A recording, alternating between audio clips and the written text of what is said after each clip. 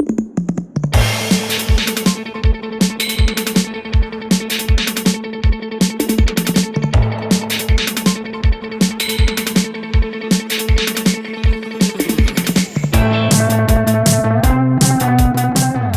we are. We're here. We're here. You are 40 years old. Let's start with that. Dude, I turned 40 on Sunday. Yeah, I turned 40 on Sunday. You want to hear a crazy story about my birthday? Go. All right, so I'm like kind of a, creepo. So for my birthday, I decided I'm going to go with my dog, Keanu, who you guys have seen many times. And we're just going to go for a hike. I don't really like parties and things, and 40 felt weird. So I'm like, let's just go for a hike. So we went up to North Carolina, went on this hike. I'm driving back Sunday afternoon, and I witnessed a hit and run car accident on the freeway, on the highway, on 285. A car sideswipes an SUV, and the SUV like flips off. Oh. Yeah, hits the whatever, like the barrier, flies through the barrier and lands upside down in a ditch. And the car that sideswiped that car almost hits my car and then just takes off. Oh, and no. so like, I'm like, oh my goodness. So like, get off the highway. It took me about a quarter mile to get all the way onto the shoulder because I had to turn like 4 lanes. And I just start running towards this like smoky flipped car. And when I get there, like some other folks had gotten there too, had gotten out of their cars too to try to help. And like, I'm yanking on the doors, trying to get it open to see like who's in there. And I open the back door of this car and there's a woman and she's like trying to crawl out of the car. So I'm like, get out of your seatbelt as if you can. And she's like trying. And then I just grab her and I pull her out of her like gasoline infested, smoky, upside down car. If I showed you a photo of this car, you would not believe me that someone survived. This woman had a bruised, like shoulder, what is it? What do you call it? Like seatbelt strap burns or whatever. Yeah. And some bruised ribs. She's good. She got out. She came out of that thing. All she did was rip her boot, and she was disoriented, obviously in shock, but she was fine, and it was unbelievable. So anyway, that was my birthday party on the side of the highway. Certainly makes you, think about. Yeah, put 40 into perspective, real good, man. And so like, good for you. That's what I did for my birthday. No, good for her for like, well, coming out of that thing unscathed. She crushed it. Pun intended. Not everybody stops, Yeah, I mean, there were other people. We stopped and like helped her get out of there, and then the cops came and like it was a whole thing. But hearing the story, makes me. A couple of months ago, my mom was driving, and I can't. She lives in Maryland. I'm not near her. Her car hit a hole in the road, and did 360 and flipped over onto the median, right? Oh my goodness. But for her dog was in the car too, in the back seat, and but for some good people running to her aid and helping her and the dog out of the car, like the car was totaled, and she's super scared, and so like that part resonates with me a lot. That's my mom, and yeah, that's why. And you want yourself to be the type of person that pulls over for everyone's mom, everyone's mom, cousin, uncle, friend, whatever. Like that's what you want. So like, the people that stopped matter a lot, an awful lot. Yeah, I totally agree. Look, this is my new friend Pim, man. She survived, not a scratch. Good. She's a solid American, man. She did it. But hey, shout out to your mom too, man. Like, I've been in a car accident, but nothing like that. And like, I can't imagine what that feels like. Like literally your life has to be flashing as your car is flipping and doing whatever it is out of your control. Like that has to be a very disorienting. I was in a car that went like this across the highway once. It's rough. You did that on purpose though, during that police chase. I wasn't even driving. You're the driver. The police chase, that didn't end well. It was me and Happy Bear. Yeah, and can we talk about how one of those bears back there is on a swing, but the swing is not attached to anything? Like, or is it attached to the rainbow? Like, I can't figure out what's happening with that swing. You're not opening your mind enough. It's it's attached to the rainbow, and the one bear is sliding down the rainbow. It's attached to the rainbow. I love that these Care Bears have heart tattoos like on their butts. Like that's like kind of weird energy. So our guest this week is Chris Hart, who's the chair of privacy and data security at this firm Foley Hoag, which probably people of our types have heard of. But of course. I mean, he's just the reason we picked Care Bears is he's just like got that vibe. Like he's a snuggle bear. He cares, he's friendly, he's kind, he's thoughtful, he teaches students, but he also can like get into litigation and like he's got a huge brain, and he's very well read, which we'll see.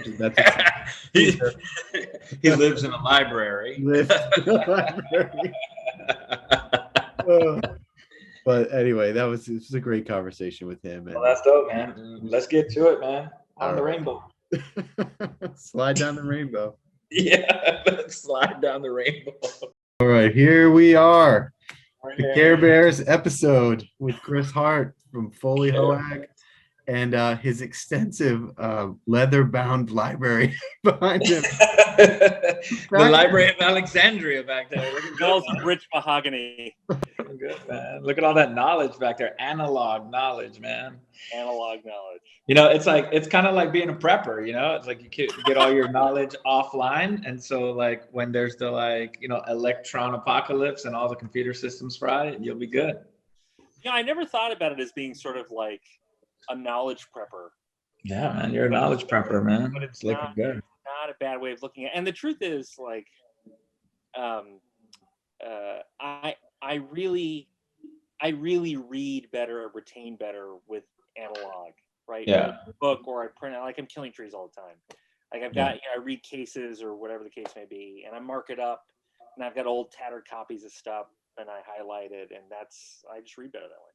Was that for both of you? Yeah, was that your experience in law firms? Because that was mine. I had an old school partner who was my boss, and he was printing everything, and he was like had an assistant that was printing everything and would hand me printed copies of things, and I would just say, I'm going to review it on my computer. He would just be like, what are you talking about? I started practicing. I was a summer associate in 2004. That was the first time I was ever working as a lawyer in a law firm. And at that point, people were kind of doing it both ways, right? I mean, most of the federal courts had already switched to electronic dockets. State courts really hadn't. And definitely the younger attorneys were doing everything reviewing on PDF or reviewing on their screens or whatever. iPad still wasn't out, but for the most part, people were reviewing on the computers. But yeah, I mean, like everybody had a different style. The older attorneys, like they would have paper files on their desks, well organized. That's where they'd store things. I mean, the one thing I'll say is that even though I read and retain better with the paper, I store everything electronically because I'm just otherwise not. I don't have a good organizational system on paper, right? So this is as good as it gets. Yeah, that's looking good. Decorations back there. How many, speaking about the proliferation of screen time, how many screens do you guys have in front of you right now? Like at this moment? Count your phone if it's in front of you. Okay. Go. Let's do this. I've got a desktop and my phone. Oh, you're doing. What's your situation looking like? All right. Well, let's see. I'm wondering if there's a way I can show you. Hold on. I don't think I can show you. While he does that, I have my big monitor, 27 inches, 2 laptops, so that's 3, the portal 4, 2 phones, 5, 6, plus there's a screen back there, 7. I mean, my question is why? But look, see, and he's got a whole bunch too, so I don't feel as bad. Mobile screen and a phone, so I've got 4. I've got 7 screens in this room. It's ridiculous. And some of it is so I've got, I've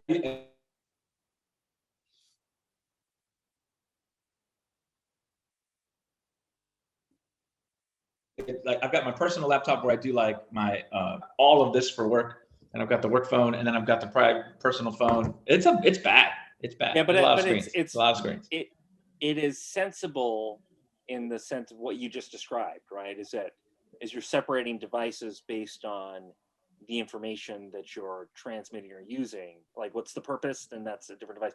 And it's honestly, it's like if you're doing multiple things, it makes a lot of sense. I can't live that way. Like I can't do it. I just can't do it. People always say like, why do you have a personal phone and a work phone? And like, that seems tedious. But for me, especially on the weekends, like the people who need to reach me, if there's an emergency, will call me on all the things.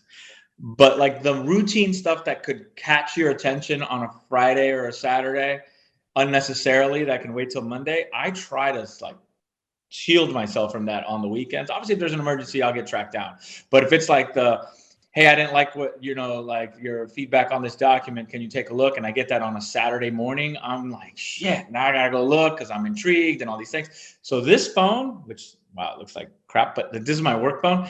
It does not leave this room unless it's during working hours, right? Like if I've got to step out, obviously it goes with me. And then the private one's always with me because, DoorDash or whatever. You have to ask for that phone, or do they issue it to you? Oh, Facebook just sent me a phone. Yeah, Facebook just sent me a phone, which is great, and a laptop, obviously, and all the other stuff. Yeah, anyway, it's a lot, man. And then I know this is like a privacy podcast. Think about my privacy. It's kind of like an apocalyptic nightmare, right? Like it's wild, man. It's wild. I think we're the worst offenders in some way. Yeah, People that do this for a living. So, Chris, that's a good place to start. Like, why are we the worst offenders? People that understand deeply all of the data that's being collected. You've probably litigated cases, which means you've gone deeper than any of us have gone on, some of these things. Why do is that the driver that, like, because we know about it, we're like, okay, well, test on me, I don't know. Well, it's funny. So it's a great question. And I have wondered about this. I wonder if it's sort of the phenomenon you see sometimes with, like psychologists, right? Like they're constantly handling other people's problems and dealing with other people's problems that, like, when it comes to like the leftover mental energy, it's just draining, right? Do I really need to go and purge all the stuff on my phone and that sort of thing. So I do wonder if some of it's that way. But also there's a part of me that wants to say, in some respects, well, speak for yourselves, because I did go through recently. I went through my phone to purge a bunch of stuff, and then also to change settings about what's shared and when stuff is on, and if I can share my location and that sort of thing, because I do get really worried about that for myself. And I'm, in addition to wearing the privacy hat, I also do, for example, pro bono immigration work. Pro bono immigration work during the Trump administration, especially pre-pandemic when I was traveling, worried me. And so, I had that going. I had that concern going on, which really wasn't about, I'm a privacy lawyer and I know what I'm doing. It's more, I'm worried about this phone getting confiscated when I come back in through customs. So it might be just some combination of dealing with other people's problems and no time for your own, but also, like, I know what I care about. I know what I care about, and that I do deal with that stuff. Part of it for me is just, in addition to the things you said, is just the comfort level that I have with how boring my information is. And like, do you want to know my location? I'm picking up a child at school and I am, driving to a restaurant. There's nothing going on there. So you want to know where I've looked on the internet? Like, be my guest. It's boring. And so, yeah, but like, I don't like that. That's a very, this is why I'm always talking about like the privacy elites arguments, right? If you were a Black person, you would care. Yep. Yeah. I'm an ordinary Latino person. During the George Floyd protest here in Atlanta, one of the things I did was, like, I advised protesters. Like, 100%. I don't practice law in Georgia, and I didn't give legal advice. But I said, you know what? Leave your phone at home. I know you want to take pictures. If you're going to do that, put it in airplane mode and record whatever you have to, but you don't have to do it in real time. Because as we saw in the New York Times, they literally posted like protester movements during during last year's events, right?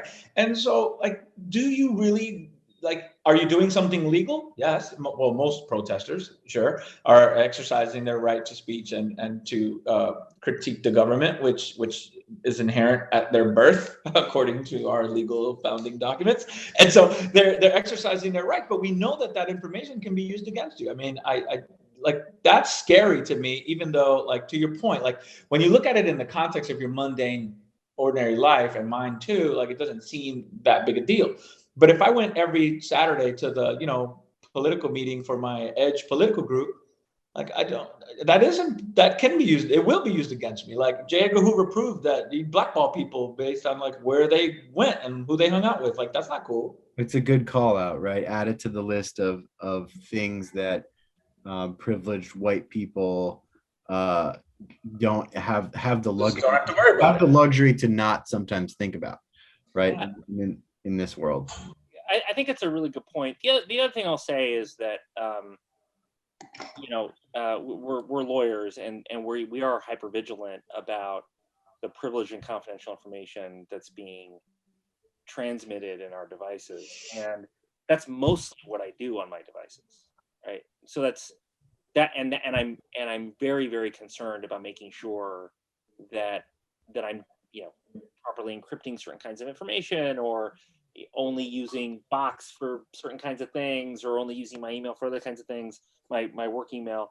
So there is, and because it's like 80% of what I'm doing on the devices, then I do feel like it takes up a lot of my mental space, as opposed to, Peter, notwithstanding your point, which I think is excellent, as opposed to, like, I'm on the Peloton and I've got my app up, and I kind of don't care what the terms say about who knows that I had 100 kilojoules of output today. That's good work, man. Good work. But your point is a solid one, which is, like, the phone specifically, like no other device in history, has become an extension of our thoughts, like, of our mind. It is like we talk about, the singularity and all these things. I mean, my mind lives here in a lot of ways. Like, if you want to know how I feel about my girlfriend right now, just go see my text messages. You'll know, without me saying anything. You'll know if I'm mad at her, if I'm happy, if she's getting on my nerves, if I'm getting on her nerves. Like, just by, like, not even by reading the text, just by knowing how often we text. Like, if we have a really busy morning, you can imagine that we've got a lot to say that day. If we're not talking for 3 days straight, you can deduce some things from that. Like, you don't even have to see the substance of the communications. Just know the cadence of the communications to learn so much about what I'm feeling and thinking, that it is, this is a soup. Let me say it a different way. We should take as many measures as we can and have the capacity to protect the information that is on this phone. And the information isn't just my photos and the, like, actual text of conversations, but just my activity and interaction with the device. Do you think there was, and I'll ask you both this, do you think there was a fulcrum moment when we talk a lot about Europe and the differences between the United States, and the fact that, in Europe, privacy is a fundamental right, been around longer, codified longer. Do you think there was, like, a fulcrum moment in the United States, and maybe it was mobile phone or something, when that changed? Like, when it became, to your point, Pedro, like, where we adopted technology so much that it came to a head, and now our relationship and reliance on the digital device in the digital world reached a point where it became fundamental because we did that, as opposed to, like, some other factor. In Europe, we look at historical precedent, or things that happened in history that led to that codified belief there, versus here. I think in the context of mobile phones, and it happened when everything uplinked to the cloud, right? Like, when the smartphone became less a device and more a permanent companion. Like, I can swap out this iPhone today, and in 30 minutes, essentially, it contains all the same information, right? Like, it's all there. It's just trapped. Like, the substrate is the, like, physical device, but, like, the iPhone is more than a device. It's a companion, right? Like, it goes with me everywhere. even when I don't have the same physical device, right? Like, and so I think sometime in 2008 or 2009, like with the emergence of iCloud or Google Play, whatever Google Cloud calls their Android thing, like that's not just a part of my mind space. It just is, and it's permanent and it's forever. And unless I take like really severe action, it's just there and follows me around at all times. Like think about our iMessages and WhatsApp. Like you just upload them to the cloud. They're always there forever. They never go away. They never disappear. It's pervasive insight into your mental state. That's what I think is the moment where the device became part of your consciousness or an extension of it. What do you think, Chris? Maybe it was in one of those books behind you. Yeah, man. I've never read one, so I don't know. It's just my background. I think that's a great point, Pedro. I guess I would couple it. I don't want to lose sight of the hardware and the ubiquity of it because, I'm thinking about when the iPhone came out and how sexy and amazing it was for the middle class in the United States and Western Europe.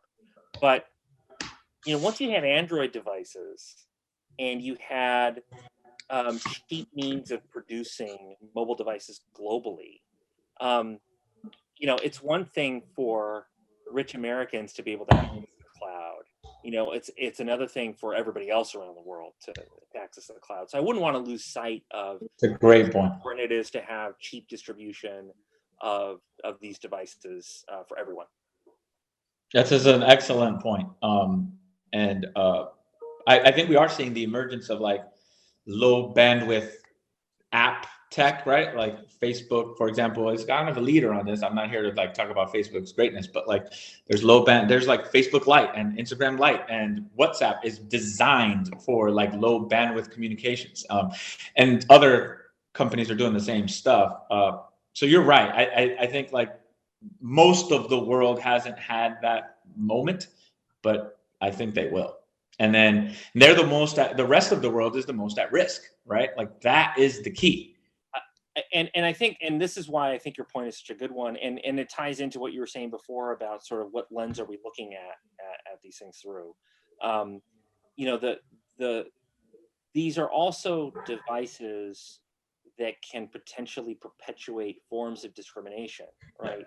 And because of the way the what data is collected and how it's used, and it is not lost on me that while there are great benefits to individuals to have this information or to have these devices, because you basically have, as you would put it, an external brain, and ease of contact and whatever else, it does become a way to perpetuate forms of discrimination.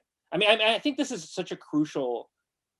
This is one of the critical issues of equity, I think, that we're facing now and that we will be facing in the foreseeable future, that I think is deeply underappreciated. How do you weave this in? I'll ask this to both of you. How do you weave this in? You both teach students.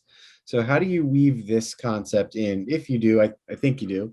How do you weave this into discussions with students as you're trying to both give them the baseline kind of nuts and bolts of the stuff you're trying to teach them, but let them know like the breadth of these issues, to what we just kind of started talking about. Yeah. So, Peter, I want to hear what you have to say. I teach at Northeastern. I teach JD students. I also teach master's students. And the first question that I ask students in both sets of class, very different kinds of students, is what is privacy? What do you think it is? And what kinds of rules do you think should be around whatever data you think ought to be private? And I start with that question before they've really delved into the materials, because I want to know what their basis of thinking is. And what's interesting to me is that the JD students, for the most part, are thinking about rights, sort of on an absolute level. And the master students are thinking about kind of business interests, because they're sort of in the middle of that world. And so I revisit this question a couple of times, and I revisit it at the end of the course after we've gone through. It's mostly a compliance course, but we also delve into issues of data ethics and AI. And I ask them at the end essentially the same question. What does a world of protecting privacy actually look like? And a lot of them end that course very concerned that it might not be possible to meet it because business interests are so strong, that an innovation is so necessary that it really just becomes a question of mitigating the harms that can come from ubiquitous data use. So it's kind of an important theme in the course. But unfortunately, I think they leave my course far more depressed than they would otherwise. But Pedro, I'm interested to know how you talk about these things. Yeah. I mean, look, it's along the same lines. Like we had a conversation yesterday in my class. I teach on Tuesdays, and and it was, we were talking about cross-border data transfers, and like it makes talking to students, because they don't have the experience and are there to learn, is super interesting and informs how I talk with lawyers about a lot of stuff. These are law students, so for future lawyers, but like, we talk about cross-border data transfers almost constantly in the context of like protecting like data subjects' rights. Very rarely do we weigh that against other things, like their interest in free stuff or cheap stuff, or like all of the benefits that come along with like the free flow of data and information. And so like the fact that the conversation is mostly had by policy wonks in the context of policy, in furtherance, I say in policy, I mean privacy, in the context of privacy, in furtherance of privacy, is an incomplete discussion about cross-border data transfers. It's incomplete. The only premise and the only issue in play when we're talking about cross-border data transfers is not privacy. There are many other things, and weighing the privacy interest against all of the other benefits and quite frankly, other negative things involved, other negative issues involved with cross-border data transfers is important. Well, the first and only time I've had that conversation all year is in my class. It doesn't happen in the practitioner world, because we're, the headwinds and the regulators' focus is hyper on privacy, and I think that that's just an incomplete discussion. So that's part of the issue. And then, like, I don't live in Europe, and I don't think of privacy as an absolute right. I don't. And I think it's important to not be patriarchal as we think about the issue, because Europe has a history of patriarchal thinking. Okay. And so, like, imposing their view about what it means when you ask what is privacy on the rest of the world is something we have to be, as people in other parts of the world, should manage carefully, especially in the United States, as we think of the proliferation of privacy laws. Hey, listen, I'm a privacy advocate, and I want to protect people, mostly from government, but also from corporations, and from intrusiveness, and to preserve people's right to exclude others from whatever space they want to carve out for themselves as private. With that said, I think that conversation has to be held in the context of other interests: the government's interest in preserving a peaceful society, a company's interest in pursuing profit, people's other interests that are in tension with their privacy interests, right? Like their interest in having the most access to the best information that they're most interested in reading. One of the examples is think like TikTok. What is TikTok without personalization? Like, what is it? It's a feed of random shit that I'm not interested in, right? Like, if it's not personalized to me, TikTok is almost worthless. Reels, the same thing. And so I clearly need to understand what's happening there as a user, and know that, like, the idea to demand absolute privacy from TikTok makes TikTok a worthless proposition to me. Can I pick up on one thing you said, because I think it's worth just lingering on for a moment. I think the key thing that you said there was, you're a privacy advocate, and people should be able to carve out and keep private the things that they want to keep private. And I get the sort of the sense of control and autonomy that goes with that. And I should say, by the way, in my class, there's never any agreement about what privacy is or ought to mean, but that's sort of beside the point. One of the problems is that there is a disconnect between what the average person thinks they are keeping private and what is actually being shared. far beyond what they know. And part of it has to do with what you were pointing out before, Peter, is the kind of inferences that you can make about certain kinds of data that you wouldn't even think would necessarily tell you about a person, but once it's aggregated, especially with other kinds of data, it tells you about a whole person's entire life. And I don't think that the average individual actually appreciates that, and that even though algorithms are terrible, and by I don't mean terrible morally, I mean like, even the best algorithms are still like, they're bad. They don't work very well. They even as they improve, but even now, like they can say a lot about a person that I think the average individual doesn't quite understand. So I think what that means to say that an individual can carve out a space that they can keep private, I think it's actually more difficult than saying that. Well, I think you're totally right.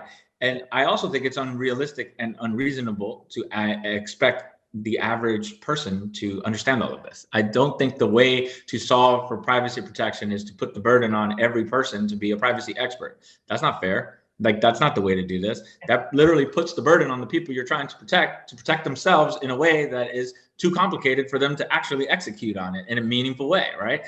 And so we have to be more creative about this. But I don't think the answer is, well, then don't collect anything, right? Because then you render TikTok worthless.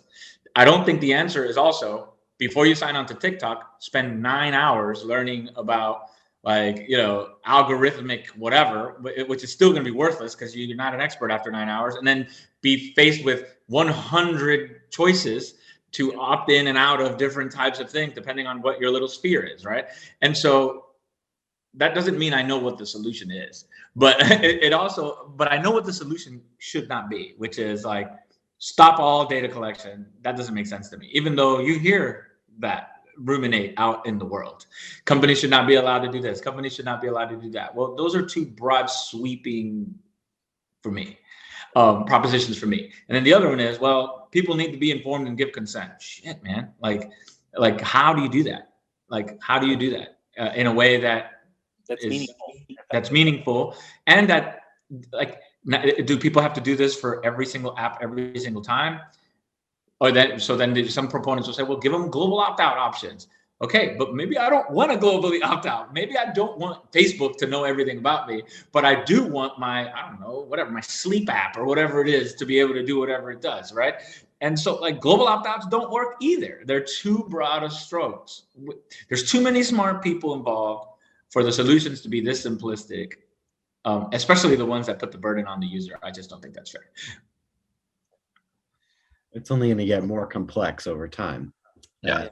As an example, AR and VR. Yeah. Those things proliferate. People are spending time there, getting marketed to, advertised to. Computer vision is reading their eyes, their movements. It's only going to get more complex. And I think, I don't know the answer either. Nobody does yet, but it's got to be an evolution of privacy technology in some way that handles the interaction between the consumer or the user and whatever it is they want to pick up, whatever their technology is that they want to pick up. There has to be some sort of innovation there. And easy for me to sit here in my room and say that, but yeah, but I mean, there's some, and there's already the development of some of these tech, but it's sort of along the line that Peter was implying. Some of it is sort of the policy controls, right? A lot of which is spurred on by like the CCPA, right? So it's anticipating that regulation is going to look a lot like the provision of specific individual rights, access, deletion, correction, etc., and that there are specific controls that you can provide where it's going to track those kinds of specific rights. I mean, I think that's one sort of tech, it's global tech. But then some of it is much more specific, which is much more geared toward, you've got rights under the CCPA, you've got rights under the GDPR. You're using XYZ kinds of health apps or wellness apps. Here's kind of a universal privacy control for this kind of information. So right now it's along a spectrum. I absolutely agree, and it's gonna evolve. But I have a certain amount of skepticism that that the tech is going to solve the problem as opposed to create a new layer of problems. Yeah, I think you're right. I mean, look, privacy enhancing technologies are a piece of the puzzle here, right? Like another piece of the puzzle is I think companies, many are spoiled, right? Like free range access to data is also not the answer, right? And so curtailing some of this, the term I like to use is like data diet. Like I feel like ad tech especially, but other sectors need to go on a much more data minimalistic diet of how much information they need to accomplish their goals, right? The problem though is if you are in the business of deriving insights or categorizing people based on certain characteristics, and you now do so with a tremendous appetite for data to get your results, and then you say, well, we're going to improve people's privacy because instead of using 100 pounds of data, we're going to use 2 pounds of data. But you get to the same result, right? And the result is this person is a likely buyer of X, or that person is interested in Y, or this person fits in this socioeconomic bucket. Have you actually preserved people's privacy if you come up to the same probabilistic conclusions using less data? I would argue that it's even more dangerous because the margin for error is potentially way higher, and that the insights you make based on like less information could be riskier, right? So I don't know, again, and this isn't answering any questions, but I don't know what the path forward is. And I know that there are no broad stroke solutions, like data minimization, one component, privacy enhancing technologies, another component, transparency, another component, getting permission, whatever that looks like, consent or otherwise, another component. But none of these are like silver bullets. They're just not. So then you end up in this complicated ecosystem where the burden is a lot of the time on the user, and that's tricky. So I don't know, man. Somebody got to have an Einstein moment here. Like it just has to happen. Solve it. We can't solve it here. I think we're not. Wait, that's not what I signed up for. I thought.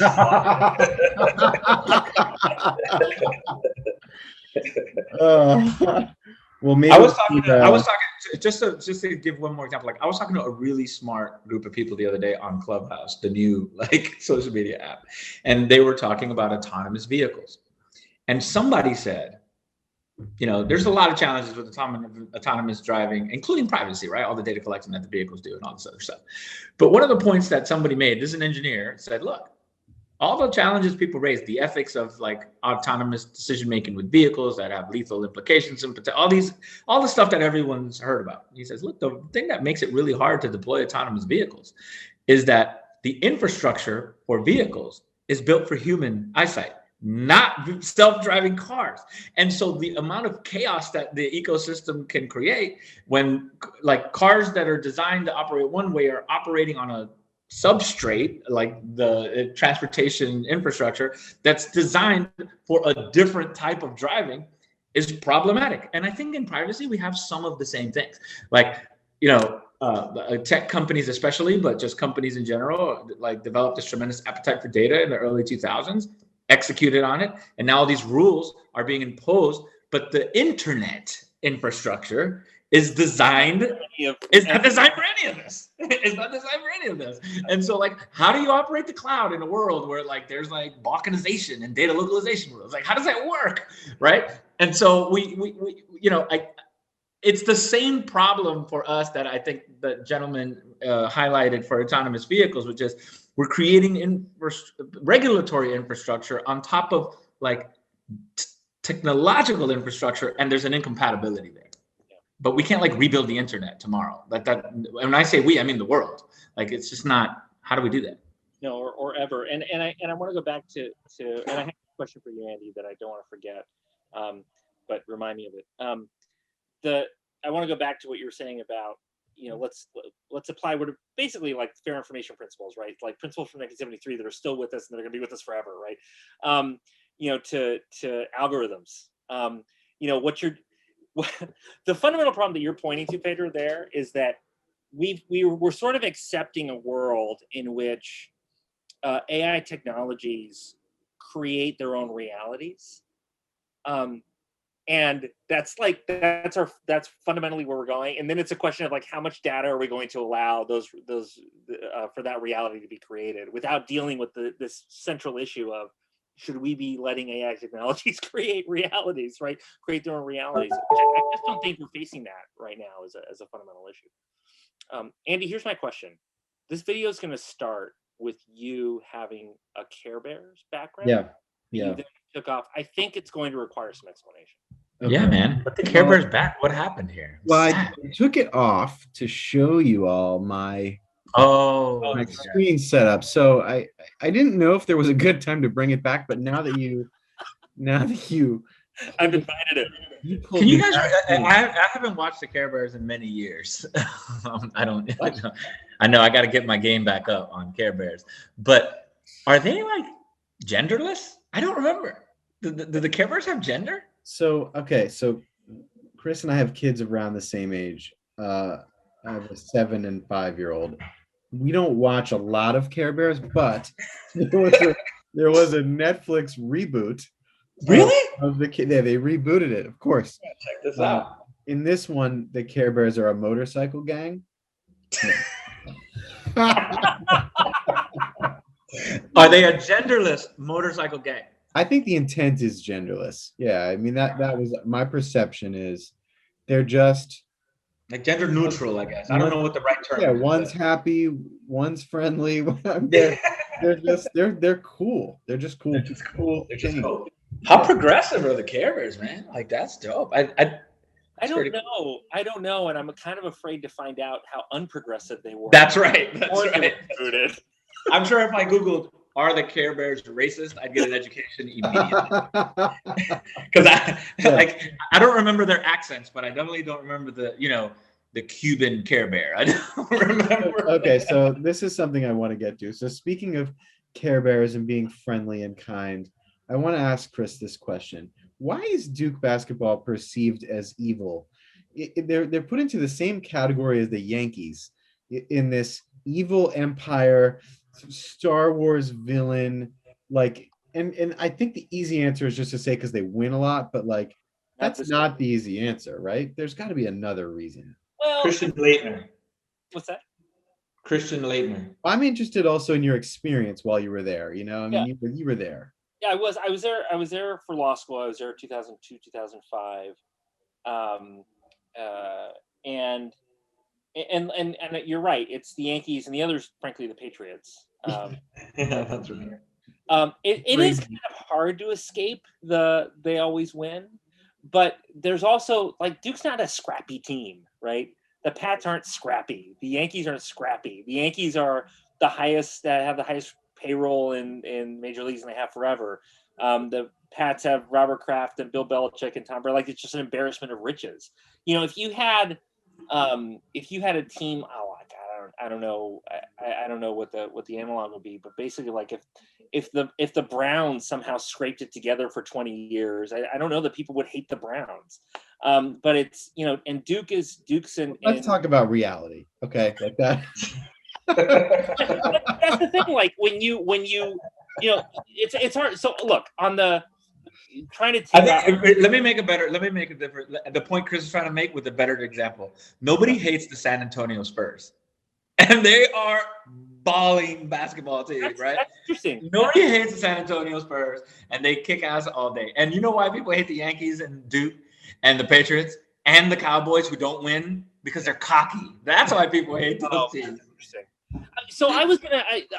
Cocky is interesting, and when Duke loses, it's because they get cocky. But I actually think so. There's a positive way of thinking about this, just for a moment, which is what you can have a lot of money, like the Cowboys, and not have the management chops to put together a winning team, or you can have a lot of money and have geniuses who can put together a winning team, which I think describes the Patriots for 20 years, right? So that's the positive way of looking at it, but I don't think that for those outside of those fandom orbits, I think it's like it's an embarrassment of riches, and they win all the time, and nobody else benefits the way that they do. And like Duke is a top tier school outside of their basketball team. Their football team sucks, but outside of their basketball team, And they have an excellent basketball team, and they win all the time. So I think it's like that combination of stuff, right? I don't know, man. I don't know. I think there's some aspect. I think there's some teams that just have like the DNA that makes them easy to just be annoyed at. Like I think Notre Dame football for a lot of people is like, ugh, right? Or unless you're a fan, then you're like, you're all the way. But there's no like guy who's like, yeah, I'm kind of ambivalent about Notre Dame football. Like, no, you either love that team or you hate that team. And I think Duke has that same energy. Yeah. Well, do you think America is perceived that way too? Yes. Yes. I think if I wasn't born here, and and I grew up in an immigrant community, I think like outside of the world, you really are either a really big fan or you're not. But there's no like, like I don't want to diminish any country, but I don't think people have like really super strong positions on Canada.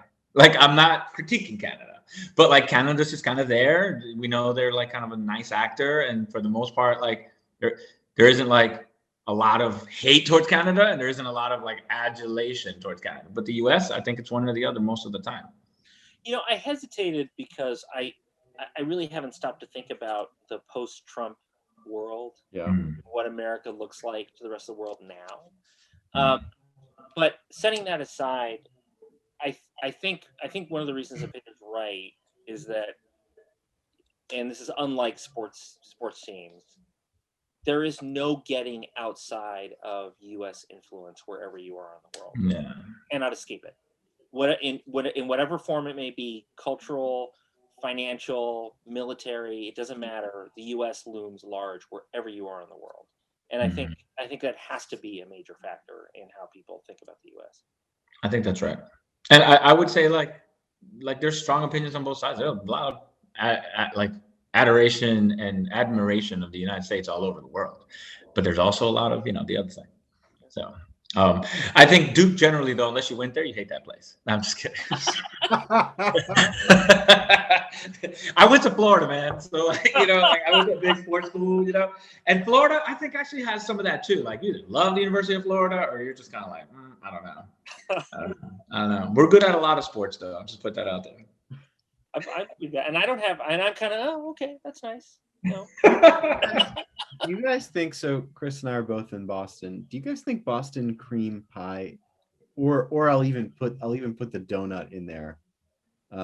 What's the donut? The donut, Boston cream donut. Are those good? Do you guys think those are good?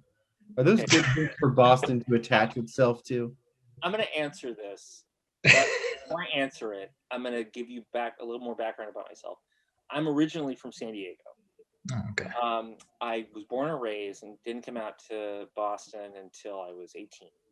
And then I lived in Boston for a while, and then I was up and down the East Coast, and then came back to Boston about 10 years. And I grew up with my grandparents and my mother, Mexican immigrants. So I had never even known that the Boston cream pie or its donut equivalent existed until I was in Boston.